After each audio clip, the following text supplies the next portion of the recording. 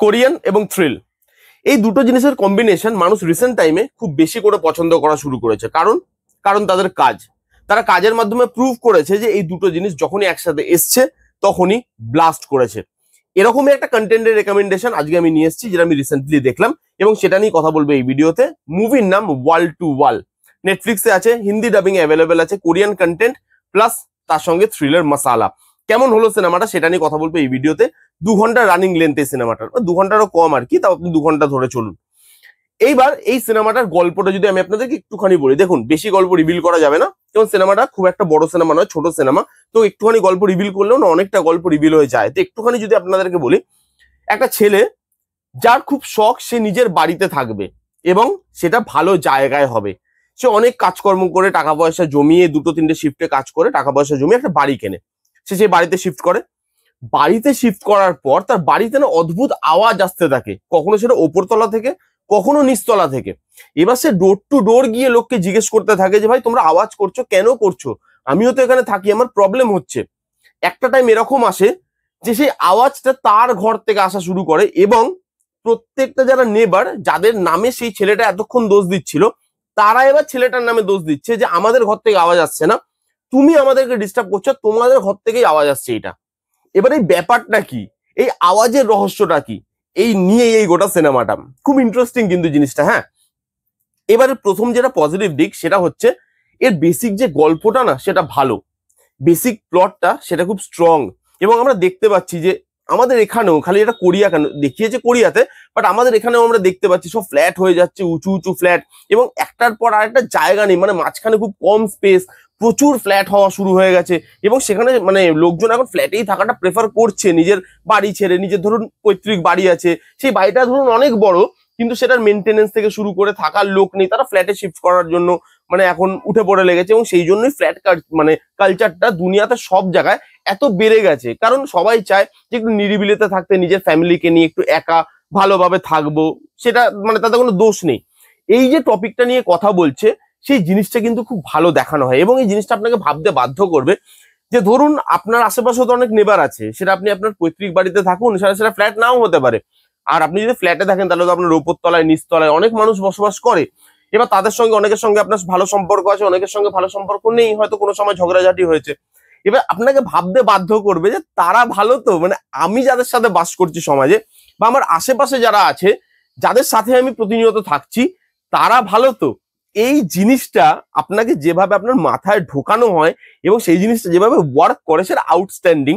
এবং এই সিনেমাতে না edge of the seat moment এত ভালোভাবে ওয়ার্ক করে, এক একটা জায়গায় না লিটারালি আপনার নিঃশ্বাস বন্ধ হয়ে যাবে। একটা পুলিশ স্টেশনের জায়গা আছে, ওই জায়গাটায় আপনি না মানে নিঃশ্বাস নিতে পারবেন না, মানে ওই জায়গাটা দুর্বল মানুষদের জন্য নয়, ওটা এত edge of the seat moment provide করে ওই জায়গাটা। এরকম ওটাতে একটা জায়গা বললাম, এরকম আরো অনেকগুলো জায়গা আছে যেখানে আপনি টেনশনটা ফিল করবেন, ওই থ্রিলের মুহূর্তগুলো ফিল করবেন, ওই পেনটা ফিল করবেন এবং আপনি চাইবেন যে ছেলেটা করুক, মানে আমাদের হিরো যে জিনিসটা করতে চাইছে সেটা করুক। কারণ এই সিনেমাটা edge of the seat moment তো দেয়, টেনশনের মোমেন্ট দেয়, থ্রিলের মোমেন্ট দেয়, তার সঙ্গে সঙ্গে এই সিনেমাটা না আপনাকে ইমোশনালিও কানেক্ট করতে পারে। কারণ যেই ছেলেটার গল্প, সেই ছেলেটার যে জার্নিটা, একটা ফ্ল্যাট কেনার জন্য একটা সাধারণ মানুষকে, যে একটা সাধারণ চাকরি করে, যার মানে স্যালারি পুরো স্যালারিটা প্রায় ফ্ল্যাটের ইএমআই তে চলে যায়, সেই ছেলেটার স্ট্রাগল কতটা, সেই জিনিসটা যেভাবে দেখানো হবে, তার পেনটা যেভাবে দেখানো হবে, সেটা না আপনাকে ইমোশনালি কানেক্ট করে। তাকে দেখে আপনার খারাপ লাগবে, তাকে মনে হবে যে ভাই এ মানে মানে এই ছেলেটা এত খাটছে তারপরেও তার সঙ্গেই কেন খারাপ জিনিসগুলো হচ্ছে। এবং আমরা বলি না যে যারা ভালো তাদের সঙ্গেই হয়তো খারাপ জিনিসগুলো বেশি করে হয়, সেই জিনিসটাও আপনি এখানে দেখতে পাবেন। এবং এই জিনিসগুলো যেভাবে এসছে ইমোশনালি কানেক্ট করে সেটা ভালো। এবং তার সঙ্গে একটা মেসেজ এখানে ডেলিভার করার চেষ্টা করেছে, সেটা হচ্ছে ধরুন আপনার গ্রামের বাড়ি আছে, গ্রামের বাড়ি খুব বড় জায়গা জমি আছে এবং খোলা জায়গা, কিন্তু দেখবেন এখনকার দিনে কেউ আর সেই গ্রামের বাড়িতে থাকতে চাইছে না, তারা চাইছে সমাজের এই জায়গাটায় আসতে, মানে শহরে আসতে। তারা চাইছে ফ্ল্যাটের ওই 4 দেওয়ালে থাকবো, কিন্তু তবু ওখানেই থাকবো যেখানে হয়তো ঠিকভাবে নিঃশ্বাসও নেওয়া যায় না, প্রাণ খুলে নিঃশ্বাসও নেওয়া যায় না, যেখানে হয়তো আকাশটাও ফ্ল্যাটে ঢেকে গেছে, সেই জায়গায় আমি থাকবো, কিন্তু আমি গ্রামের ওই খোলামেলা পরিবেশে থাকবো না, আমি র্যাট রেসে দৌড়াবো, তাও আচ্ছা। এবং এই লাইফটা মানে লিড করতে করতে আপনি না এই লাইফটায় কখন হ্যাবিচুয়েটেড হয়ে যাবেন, এই প্রবলেমগুলো আপনার কখনো প্রবলেম বলে আর মনেই হবে না। সেই জায়গাটায় আপনি কখন চলে যাবেন সেটা আপনি নিজেও বুঝতে পারবেন না, যে আমি এখানে আছি, হয়তো অনেক প্রবলেমের মধ্যে দিয়ে আছি, অনেক কষ্টে আছি, আমি এখানে এখানে থাকতে গেলে আমাকে অনেক কিছু স্যাক্রিফাইস করতে হচ্ছে, তবুও আমি এখানে থাকবো, তবুও আমি চার দেওয়ালের মধ্যে থাকবো, কারণ এই লাইফটায় আমি হ্যাবিচুয়েটেড হয়ে গেছি। এইখান থেকে বেরোনোটা আমার পক্ষে পসিবল নয়, তার জন্য যা প্রবলেম হবে সেটা আমি সহ্য করে নেবো, কিন্তু আমি এই লাইফটাতেই থাকবো। সেই যে জিনিসটা, সেই মেসেজটাকে খুব ভালোভাবে তুলে ধরা হয়েছে এবং সেই জিনিসটা খুব ভালোভাবে উঠে আসে, আন্ডারলাইন করা নয়, সেই জিনিসটা বেশ ভালো লেগেছে। এবং তার সঙ্গে পারফরমেন্সেস, এখানে যে লিড হিরো তার এতগুলো শেড আছে এবং প্রত্যেক কটা জায়গায়, প্রত্যেক কটা মোমেন্টে তার পারফরমেন্স ভালো। এই ধরুন যখন স্যাড মোমেন্ট, মানে মোমেন্ট আসছে, যখন বাড়িটা কিনছে, খুশি হচ্ছে, তারপরে একটা প্রবলেম ক্রিয়েট হচ্ছে, সেখান থেকে সেই প্রবলেমটা ভয়তে কনভার্ট হচ্ছে, সেই ভয়টা একটা টাইমে গিয়ে কেটে যাচ্ছে, সেই ভয়টা কেটে গিয়ে তাকে ঘুরে দাঁড়াতে হবে, তারপরে একটা টাইমে সে হতাশ হচ্ছে। এই যে এতগুলো ফেজ আসছে তার লাইফে, এবং প্রত্যেকটা মানুষের লাইফে এই ফেজগুলো কখনো না কখনো এসছে। এই ফেজগুলো যেভাবে পারফরমেন্সের মাধ্যমে সে তুলে ধরেছে, সে আউটস্ট্যান্ডিং, প্রত্যেক কটা শেড তাকে ভালো লেগেছে দেখে। যখনই সে যেই কাজটাই করছে সেটা জাস্টিফাই বলে মনে হচ্ছে, যে না এই ছেলেটা এখন রেগে গেছে, জাস্টিফাইড। এই ছেলেটা এখন দুঃখ হচ্ছে, চলো দুঃখটার সঙ্গে আমি ইমোশনালি কানেক্ট হতে পারছি, কারণ পারফরমেন্সটা খুব ভালো। সেই জন্য এই জিনিসগুলো খুব ভালো করে উঠে এসছে আমাদের কাছে। এবং লিড হিরো কেন, প্রত্যেকের পারফরমেন্স এখানে ভালো, এখানে যারা ভিলেন হয়েছে তাদেরও পারফরমেন্স এখানে খুব ভালো। এবং এইখানে না টেকনিক্যালি সিনেমাটা খুব স্ট্রং। এখানে যেভাবে লুক অ্যান্ড ফিল রাখা হয়েছে, যেভাবে জগৎটাকে দেখানো হয়েছে, শহরটাকে দেখানো হয়েছে, যেভাবে প্রবলেম গুলো আসে এখানে, এবং সেই প্রবলেম গুলোতে ক্যামেরা ওয়ার্ক যেভাবে আসে, যেভাবে বিজিএম প্রত্যেকটা জায়গায় সিনগুলোকে আপলিফট করছিল, সেই জিনিসগুলো কিন্তু খুব ভালো। এবং লুক অ্যান্ড ফিল থেকে শুরু করে কালার কারেকশন, এখানে যেভাবে মানে ইয়ে করা হয়েছে, ডিজাইন করা হয়েছে, সেই একটা জায়গা আছে, একটা বাড়ি ভেঙে পড়বে, সেই সিনটাকে যেভাবে ডিজাইন করা হয়েছে, ক্যামেরা ওয়ার্ক, সেই জায়গায় প্রোডাকশন কোয়ালিটি হাই। এবং নেটফ্লিক্সে আসছে মানে আপনি বুঝতেই পারছেন যে প্রোডাকশন কোয়ালিটি কিন্তু ভালোই হবে। আর কোরিয়ান মানে সিনেমা, তো প্রোডাকশন কোয়ালিটি খুবই দেখতে আপনার খুব প্রিমিয়াম লাগে জিনিসটা।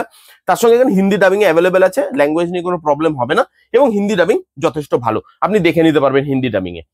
এইবার আসে সিনেমার নেগেটিভ দিকে। এই সিনেমাতে আমার একটা জিনিস নেগেটিভ লেগেছে, সেটা হচ্ছে এই সিনেমাটা যে সাবজেক্টটাকে নিয়ে ডিল করে, ওই যে বলেন বেসিক ভাবনাটা খুব ভালো, এবং এই ভাবনাটার মধ্যে না আরো অনেক জিনিস ইমপ্লিমেন্ট করা যেত, কিন্তু এখানে রাইটিং একটু প্রবলেম হয়ে গেছে, বিশেষ করে সেকেন্ড হাফে রাইটিংটা না একতরফা হয়ে গেছে, মানে একটাই জিনিস রাইটিং এ বারবার দেখাচ্ছে, এবং সেটা একটা টাইমের পর রিপিটেটিভ লাগছে।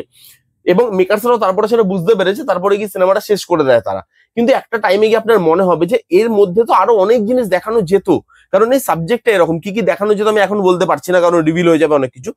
তো এখানে সেই জিনিসগুলো রাখা যেত, অনেক কিছু থাকতে পারতো, আপনি দেখলে আপনি বুঝতে পারবেন, আপনিও ফিল করবেন যে ভাই এটা এমন একটা সাবজেক্ট যেটার মধ্যে আরো অনেক কিছু ঢোকানো যেত, এই জিনিসটাকে আরো আপলিফট করা যেত, রাইটিংটাকে আরো ভালো করা যেত।